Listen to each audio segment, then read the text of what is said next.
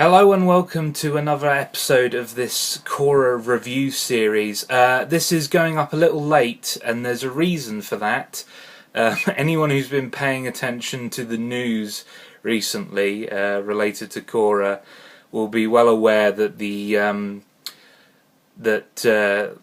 this Friday's episode will be the last episode that airs on TV. And there was a lot of hoo-ha on Twitter and various social media sites about what was happening with Korra, because the remaining episodes of Book 3 have been pulled from the schedule. And I wanted to wait until after Comic-Con, after the Comic-Con panel, because Brian and Michael said that they'd clarify exactly what's going on, why it's going on, and so forth and so on. And I'm glad I did wait, because my response to this whole situation is a lot more positive now I've heard what's going on. It still sounds like Nickelodeon kind of pulled this change on them the last minute. Basically what's going on is Korra's not getting the ratings it needs on TV, but it's performing really well online via legal streaming services and so forth and so on. So it's going to continue online. It looks like Book 4 is going to come out. It's not cancelled or anything like that. Not that I thought it was going to be, because it's all paid for already. And Studio Mira in production. They're animating it all already. But yeah, that's all good to hear. It's good to hear that the online figures are really good, because I always suspected that was the case, but it's good to have that confirmed as the case. Yeah, and I think it's just a sign of the times, really. I think what Netflix are doing with stuff like House of Cards and Orange is the New Black, that's kind of the way forward for television. And because Legend of Korra really doesn't fit in with Nickelodeon's usual output, I think it makes sense for them to pursue this direction. It makes me worry about the future of Avatar after Legend of Korra, though.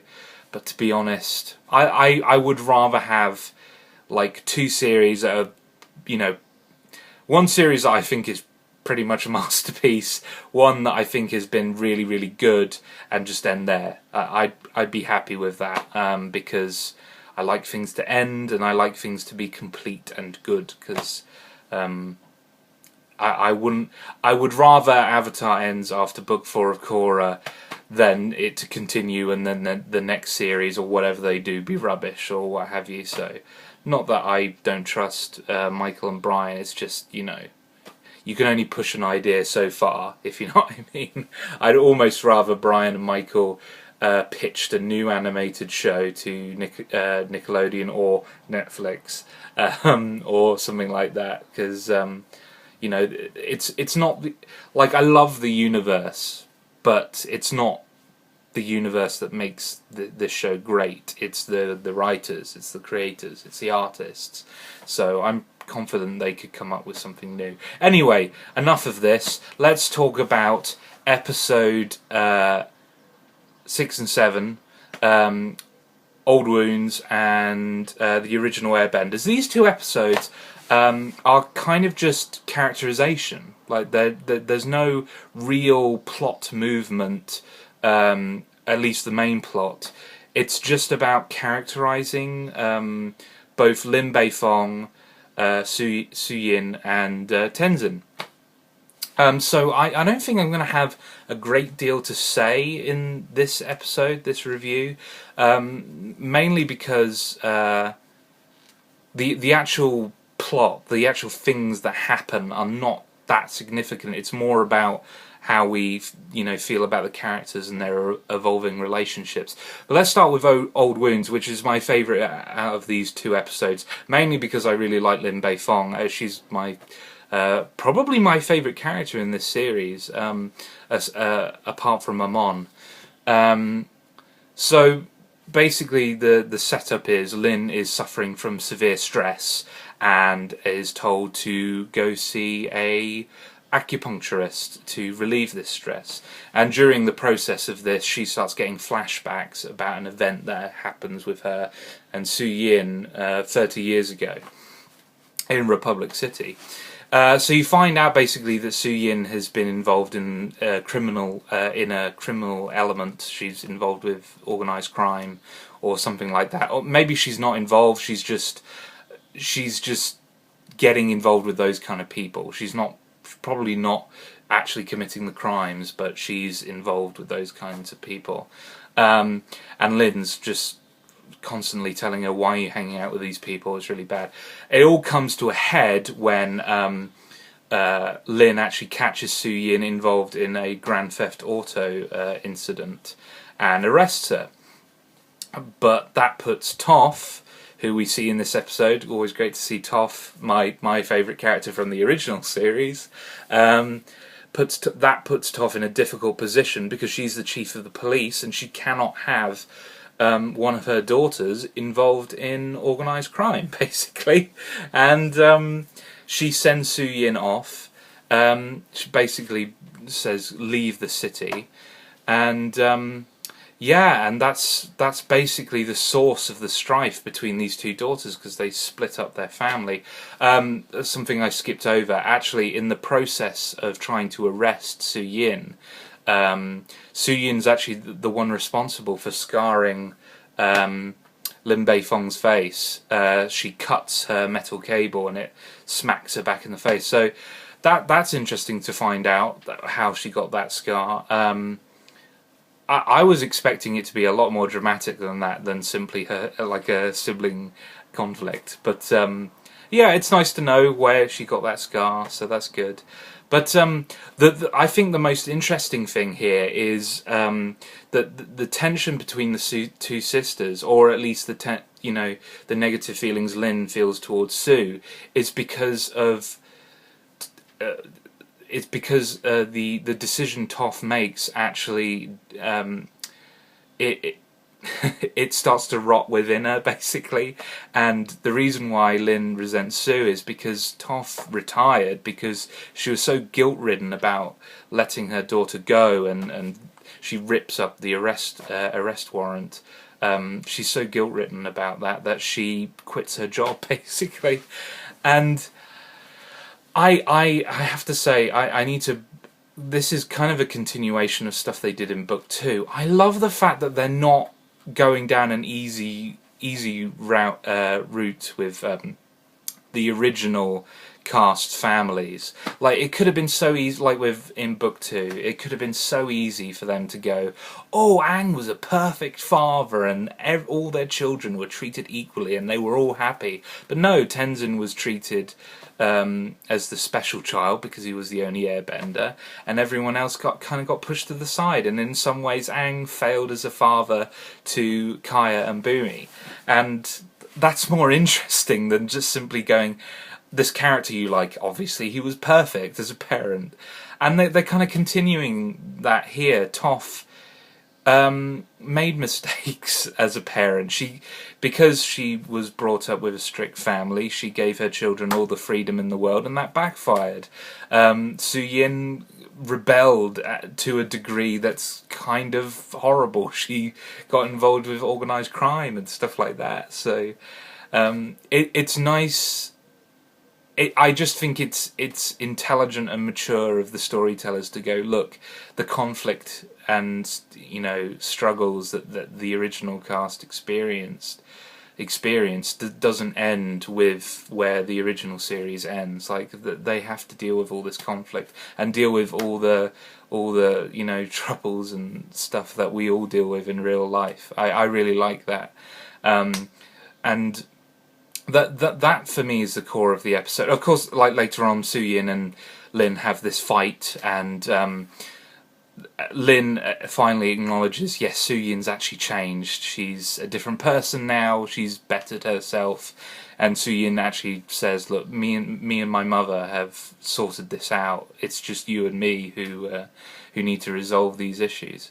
Yeah, in terms of actual plot beats, this episode doesn't have a lot going on, apart from Korra learning metal bending.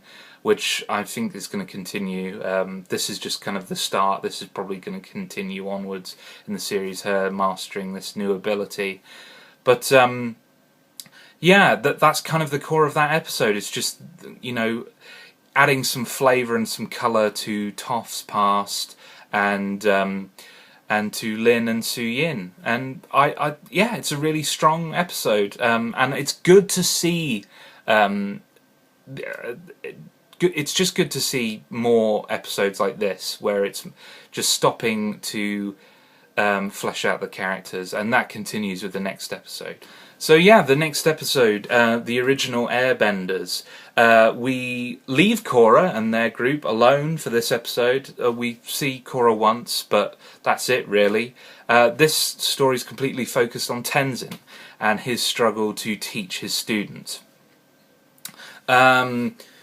Basically, I don't like this episode as much as the other one, mainly because I feel like Tenzin's already gone through this arc a couple of times. Tenzin is very strict in the way he wants to teach his student. He did this in book 1. You know, he's very strict about how he wants to teach his student, and the way they need to act and the way they need to behave. Blah blah blah blah blah. And then eventually he discovers, oh no, I need to let these guys learn their own way, learn the way they find most comfortable, instead of me enforcing my way of teaching them. It's a good episode. I just don't think it's particularly strong, because they needed to show Tenzin teaching these Airbenders. They needed to have one episode where he was seen to be growing these characters, because it wouldn't make sense if these guys just suddenly turned up and they were airbending masters. You need to see that struggle, that development. It's just, yeah, it feels like familiar territory. Tenzin and Korra have already gone through this. Kind of Tenzin's too harsh on them, and then suddenly he eases up and lets them learn their own way, and they're actually better for it. But there was other interesting stuff. Kai and Janora's relationship improving.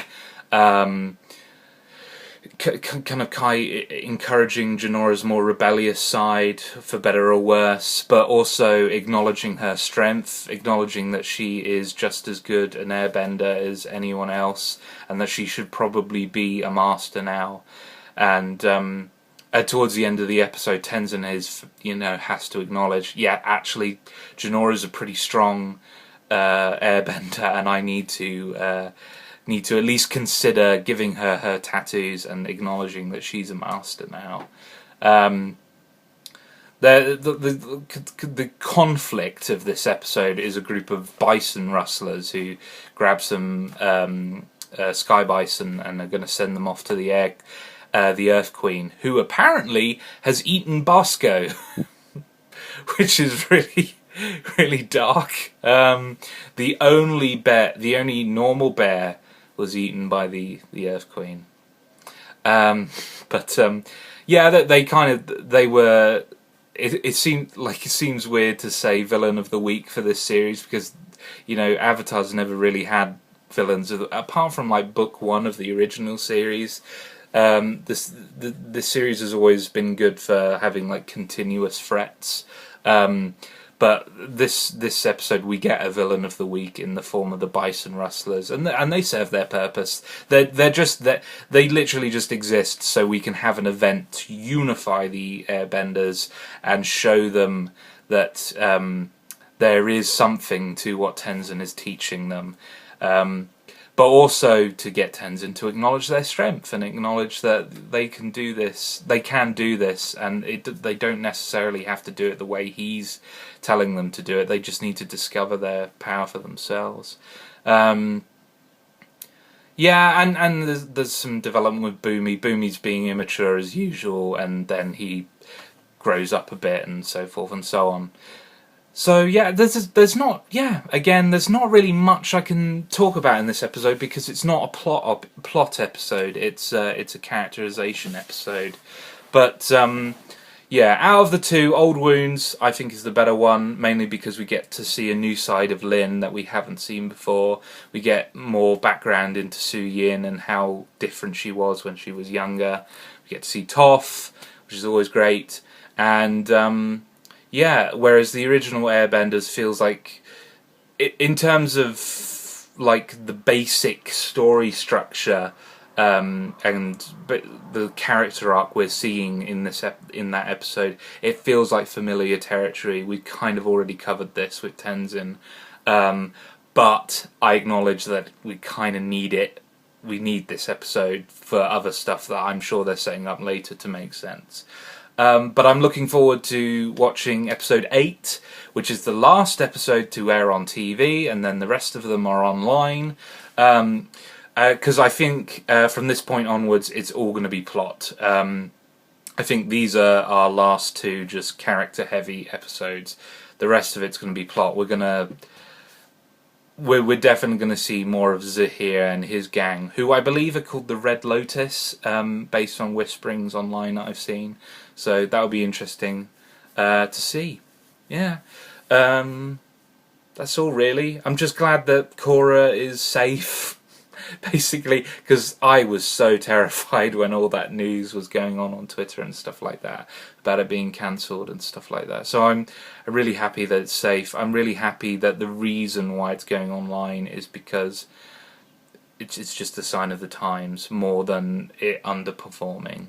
So yeah, anyway, I'll see you for the next episode, which will be up a lot quicker than this one was.